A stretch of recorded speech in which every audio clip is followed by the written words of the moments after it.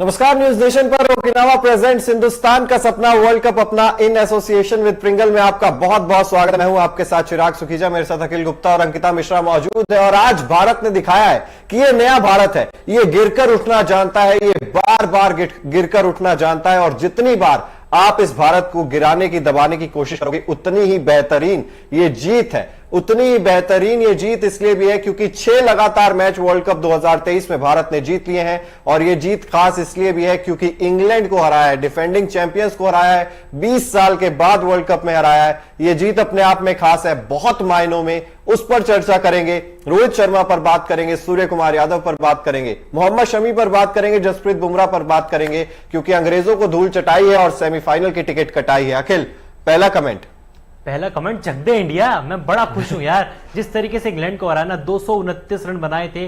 कई लोगों का कहना था सोशल मीडिया पे कि यार इंडिया नहीं बना पाएगा, इंडिया के बस की नहीं है डिफेंड करना। लेकिन हमारे गेंदबाजों ने पावर प्ले के अंदर 4 विकेट लिए, 40 पर 4 था।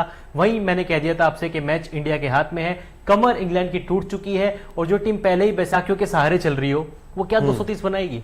बिल्कुल, कैसे बनाएगी अंकिता ये टीम? ये इंग्लैंड की टीम क्या करेगी?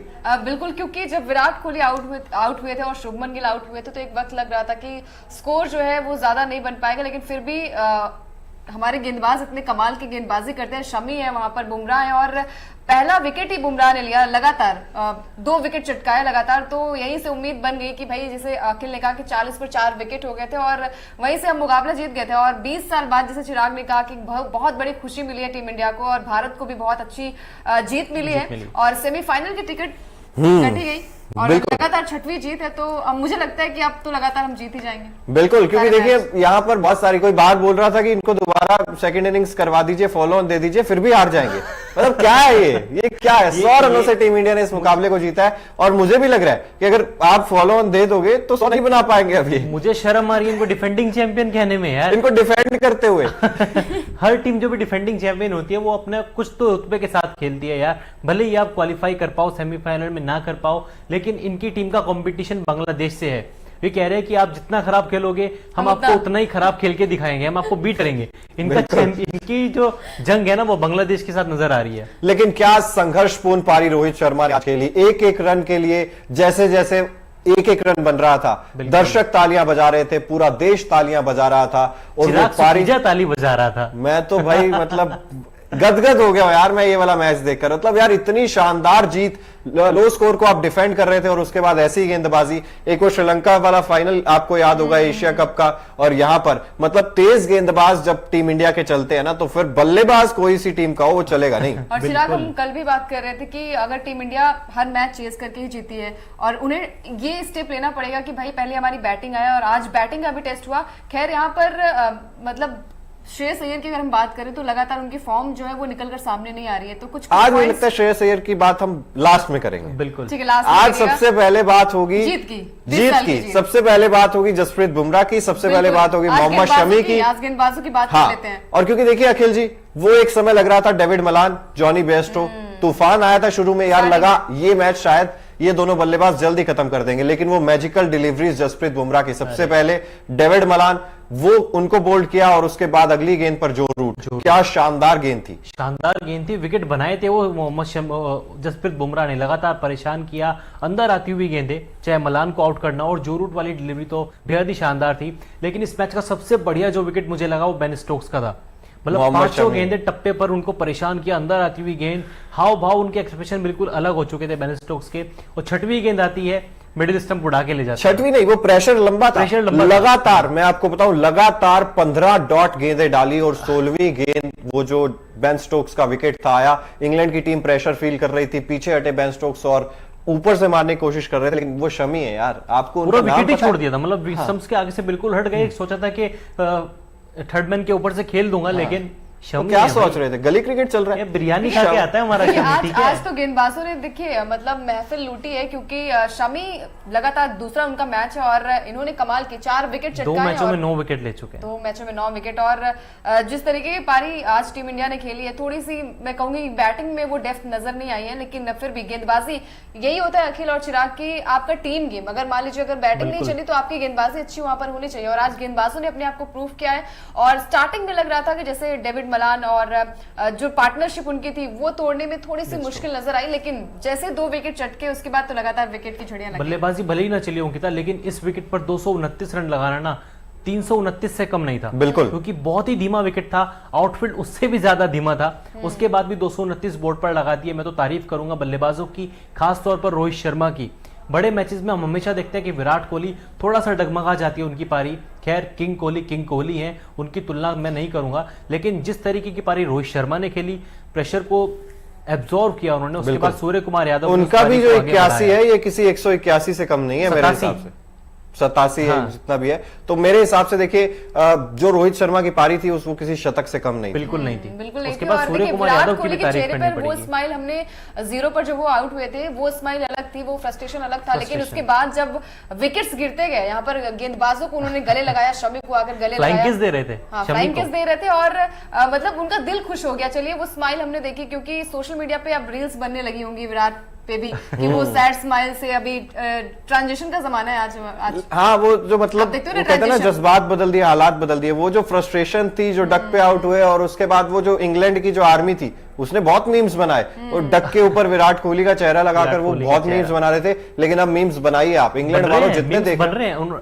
मैंने खुद एक ट्वीट किया है कि इंग्लैंड वालों ने ट्वीट किया विराट कोहली का, मैंने लिखा आपको 2 दुगना दिया हमने, बेन स्टोक्स और जो रूट। हाँ, तो आपको 2 डक्स मिले। वही हुआ ना कि मतलब बिफोर फिर आफ्टर में ये पारी लगेगी। बिफोर में चलिए आपने विराट की वो इमेज लगा ली, लेकिन फिर भी यहाँ पर टीम गेम है। चलिए हर किसी का दिन नहीं होता, शायद विराट कोहली आज फॉर्म में लगे भी नहीं, संघर्ष भी कर रहे थे। हमने देखा कि जितने भी बॉल उनके सामने आ रही थी वो संघर्ष करते बिल्कुल, नजर वो आए। भी 8 डॉट गेंदों का प्रेशर ही था जिसने 9वीं गेंद पर उनका विकेट चटका और दिया। आप जानते हैं एग्रेशन के मामले में विराट कोहली का कोई तोड़ नहीं है, बिल्कुल। और शायद इसी वजह से उनका विकेट गया। लेकिन चलिए जीत बड़ी होती है और खुशी तभी आती है कि 100 रन से हमने ये जीत हासिल की, और 20 साल का जो लगान था वो वसूल हो गया आज। बिल्कुल, और मतलब बड़ी चीज ये है ना कि 229 बनाने के बाद भी आप 100 रनों से एक मुकाबला जीत रहे हैं, तो आप सोच सकते हैं कि गेंदबाजी में क्या गोले बारूद क्या क्या चला होगा। और अगर आपने मतलब मैच नहीं देखा है तो मतलब हम आपको बता रहे हैं कि क्या क्या हुआ है, कैसे कैसे हुआ है। नहीं वो शब्दों में बयान नहीं किया जा सकता। नहीं तो हाइलाइट्स भी देख सकते हैं आप, वो अलग चीज है। तो आप हाइलाइट्स भी देख सकते हैं, लेकिन हम जितना बयां कर सकते हैं शब्दों से उतना हम बयां कर रहे हैं, क्योंकि वो वाकई में ही वो गेंद नहीं थी, वो आग का गोला था। वो नहीं समझ में आ रहा था इंग्लैंड के बल्लेबाजों को, जैसे जैसे मोहम्मद शमी और उसके बाद सिराज ने हालांकि 2 ओवर में 18 रन दे दिए थे, लेकिन उसके बाद जिस तरीके से सिराज को भी वो मदद मिलती जा रही थी, काफी ज्यादा फायदा सिराज को भी मिल रहा था, और उनकी गेंदबाजी में भी फिर वो एग्रेशन नजर आने लगा था। बेन स्टोक्स से आउट होके गए ना, वो जमाई लेते हुए जा रहे थे। मतलब इंग्लैंड शायद नींद में बल्लेबाजी कर रहा था यार, अब तो वैसे भी उनको नींद में ही खेलना होगा। लगातार 4 मैच इंग्लैंड हार चुका है, वर्ल्ड कप के सेमीफाइनल से बाहर हो चुका है। वर्ल्ड कप की हिस्ट्री में इंग्लैंड पहली बार लगातार 4 मुकाबले भी आ रहा है। इससे शर्मनाक रिकॉर्ड आप और क्या बनाओगे यार। बिल्कुल, ये तो मतलब अब आप बांग्लादेश को ही आपने हराया है, तो फिर उन्हीं से ही आपका कंपैरिजन कौन है के बाद से वो मीम याद आता है कि भाई आप और बुरा खेलिए, मैं उससे भी बुरा खेलूंगा। बांग्लादेश वो आपस में टक्कर चल रही है, वो आपस में टक्कर। उनको पता है कि नीदरलैंड ने बहुत कुछ अचीव कर लिया है। नीदरलैंड भी जानता था वो सेमीफाइनल में नहीं जाएंगे, लेकिन वो अच्छा क्रिकेट खेलेंगे, फाइट करेंगे। उन्होंने वो किया। अफगानिस्तान ने भी बहुत हद तक प्रूव किया है, वो लड़े हैं, भले ही मुकाबला हारे। लेकिन बांग्लादेश क्या कर रहा है, इंग्लैंड क्या कर रहा है, मेरे को अब तक समझ नहीं आया। इंग्लैंड पे क्योंकि डिफेंडिंग चैंपियन है, बड़े बड़े स्टार प्लेयर उनमें नाम जुड़ा हुआ है। बेन स्टोक्स जो कि संन्यास वापस लेकर आए थे, जिताने आए थे यहाँ नहीं, पर। वो वर्ल्ड कप के बाद फिर से संन्यास ले लेंगे। वो कहेंगे मैं दूरी सही हूँ। हाँ, मतलब बेन स्टोक्स का तो आप देख रहे हो ना, पिछले जो 2 मैचेस उन्होंने खेले और उसमें हाल क्या हुआ था। तो यहाँ पर आप सोच सकते हैं कि बेन स्टोक्स का कैसा रहा है। 2-3 चीजें तय हैं। बेन स्टोक्स वापस रिटायरमेंट लेंगे, बटलर की कप्तानी भी जाएगी, और जो था कि जो रूट को फिर से वनडे में लेकर आए हैं कि वर्ल्ड कप है, जो रूट इंडिया में अच्छा खेलते हैं, स्पिन को अच्छा खेलते हैं। अब तो पेस को नहीं खेल पा रहे, स्पिन को क्या खेलोगे। वापस में वो ट्रांजैक्शन पीरियड चला जाएगा कि रूट फिर से टेस्ट क्रिकेट ही खेलते हुए दिखाई देंगे। बिल्कुल, और 12 अंकों के साथ एक बार फिर से टीम इंडिया पहुंच गई है वहीं पर जहां पर टीम इंडिया डिजर्व करती है, जहां पर वो रहती है, वो उसका घर है। वहां से कौन हिलाएगा? कोई नहीं हिलाएगा, कोई आगे ही नहीं उनके आगे। क्योंकि अब बात चिराग भी कह रहे थे कि साउथ अफ्रीका से वो मुकाबला है हमारा, तो वहां पर हार्ट बीट नहीं, अगर चेज कर रही होगी साउथ अफ्रीका तो कोई हार्ट बीट नहीं होगी मेरे हिसाब से। तो वो मैच तो हमारा ही है, बस बैटिंग ना आए साउथ अफ्रीका की पहले, वहां पर थोड़ा सा मामला फंसता हुआ नजर आता है। जिस तरीके की हमारी गेंदबाजी चल रही है ना, आने तो साउथ अफ्रीका को यार, हम डरते हैं क्या?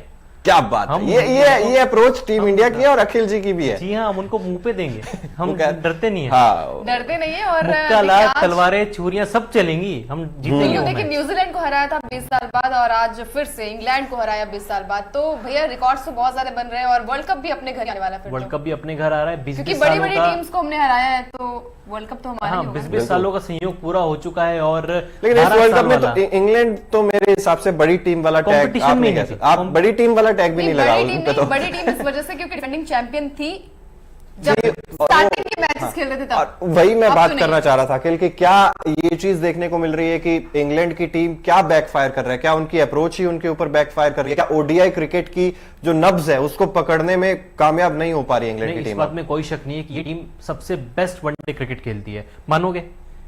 टी नहीं, इस वर्ल्ड कप को की इस वर्ल्ड कप को अप्रोच अगर जो हटाओ। इंग्लैंड लेकर आई ओडीआई क्रिकेट में, क्या वो बैकफायर कर रही है? बिल्कुल बैकफायर करिए ना चिराग, आप खुद देखो ना, आपका कप्तान नंबर 5-6 पे बैटिंग करने आता है। एक ओपनिंग बैट्समैन को अगर आप नंबर 5-6 पर भेजोगे, वो भी खुद कप्तान, आप खुद कॉल लेते हैं, ये आपका सबसे खराब डिसीजन है। इनफॉर्म बैट्समैन को वर्ल्ड कप से ठीक पहले आप पहले वर्ल्ड कप में चुनते हैं, फिर अचानक से आप कहते हैं कि नहीं नहीं यार, मैं हैरी ब्रूक को लेकर जाऊंगा, जेसन रॉय को बाहर कर दूंगा। आपने मेन प्लेयर को अपने बाहर किया जिसने 19 का वर्ल्ड कप जिताया था। बेस्टो जो कि नंबर 4 पे बैटिंग करता आ रहा है, ओपनिंग करता है, लेकिन जब जेसन रॉय खेलते हैं वो नंबर 3-4 पे खेलते हैं, क्योंकि रूट वनडे टीम और आज नहीं- जब मैच से पहले मैं और लक्ष्य बैठ के यहाँ पर बातचीत कर रहे थे, तब भी मैंने उनसे ये सवाल पूछा था। मैंने कहा why not Jos Buttler as a opener और बेस्टो को आप नीचे क्यों नहीं खिला रहे हैं, क्योंकि बटलर नई गेंद से खेलना जानते हैं और अगर आपकी वही अप्रोच है तो फिर मेरे हिसाब से बटलर फिर आपके ज्यादा यूजफुल हो सकते हैं ओपनिंग बटलर ने स्लॉट में। ज्यादा आईपीएल खेला है कंपैरेटिव अगर आप करेंगे जॉनी बेस्टो से। मुझे समझ नहीं आ रही है प्लानिंग क्या थी। बेन स्टोक्स उनको आप एज अ बैट्समैन लेकर आए, उन्होंने कुछ नहीं किया। इससे अच्छा तो हैरी ब्रूक ही थे। मैं मानता हूं कि उनके आंकड़े भी अच्छे नहीं है, लेकिन इस वर्ल्ड कप में कम से कम कुछ पारियां तो आई थी। आपने उनको बाहर बैठा दिया बेन स्टोक्स को लाने के लिए, सब कुछ आपके उलट गया। सैम करन यार, चैंपियन प्लेयर आपका बाहर बैठा हुआ है जो गेंद से भी चलेगा, बल्ले से भी चलेगा और कमाल की फील्डिंग भी करके देगा, कप्तान को टिप्स भी देगा। चैंपियन प्लेयर आपके बाहर बैठे हुए हैं, तो ये टीम कैसे जीतेगी? बिल्कुल। तो चलिए फिलहाल उस सेगमेंट की तरफ चलते हैं जो आपका और हमारा हम सबका फेवरेट है। जैसे कि ओकिनावा का स्कूटर कॉस्ट इफेक्टिव है, आता भी इफेक्टिव है, उसके बाद भी इफेक्टिव तरीके से आपको एक जगह से दूसरी जगह लेकर जाता है। उसी तरीके से आज टीम इंडिया को जीत की तरफ कौन सा खिलाड़ी लेकर गया, एक नजर डालते हैं Okinawa effective player of the match पर। और पहले चलिए गेस कर लीजिए। वैसे